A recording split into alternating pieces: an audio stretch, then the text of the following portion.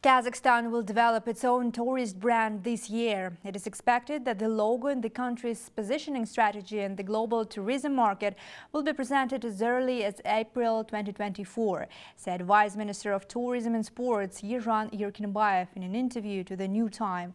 By 2025, the authorities aim to increase the number of tourists to 12 million, while 2.5 million being foreign visitors. Does Kazakhstan have sufficient resources for this goal? What measures are being taken to promote the development of the tourism industry? Watch a fragment of the interview right now. Yeran Malkovich, thank you very much for joining us. It's a pleasure to have you here. Let me start from this question. Does Kazakhstan have its own tourist brand? How do we position ourselves for foreign tourists? Okay, very nice question, actually.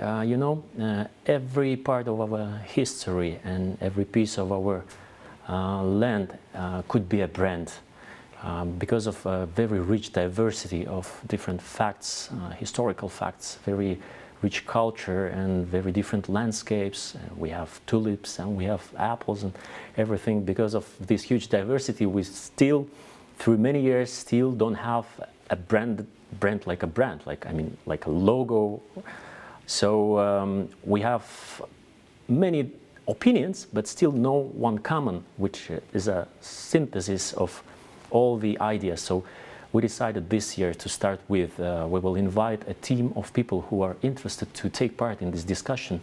We will generate some, 10, 20 facts that should be reflected in the brand. And by March, maybe April, we decided to present several variations of the brand already reflected, designed, and presented to the people. So we hope that this year we'll start with the brand finally. May I ask you how much funding has been allocated for tourism development in 2023? We have here we have two different directions. First is marketing. The budget allocated for marketing is 1.5 billion tenge, which is close to 3 million US. This is for pure marketing, a budget which is allocated for Kazakh Tourism National Company to promote the country. And we have another budget which is allocated by the mayor's offices of each region for the tourism. So if we take that one, it includes salaries and everything of which is related to the tourism department of each mayor's office. I think it's around 10 billion tenge for a whole country. That includes everything, events and promotion and videos and taking part in the fairs all around the world and traveling expenses and everything. So the figures are like that.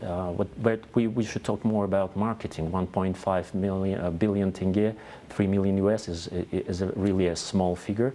So that's why for this year we decided that we will change the legislation in terms of we have a fund, a foundation for development of sport and tourism industry, but historically it financed only projects in sports. So now we're putting tourism as well. So big projects like big concerts, fests, or it might be a gastro fest or big shows can be financed through that foundation. So next year, additionally to the marketing budget that allocated in the ministry, we will have the sources from the foundation, and the foundation is being popped up by the withdrawals from non-budget funds.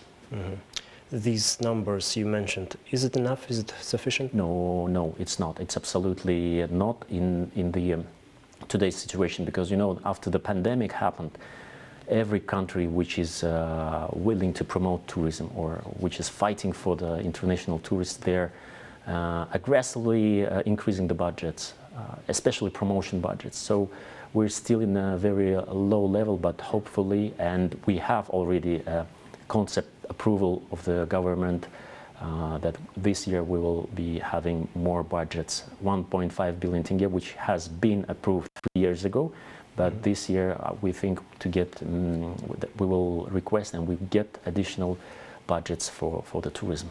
And last but not least, I believe our country government aims to increase the number of foreign tourists to 10 million by 2025.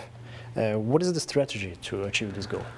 Actually, by 2025 it was 12.5 million and 2.5 million of foreign tourists and 9.5 million of local tourists. But in total it's 12.5. But what are the steps? First, we're a free visa country for more than 80 countries now.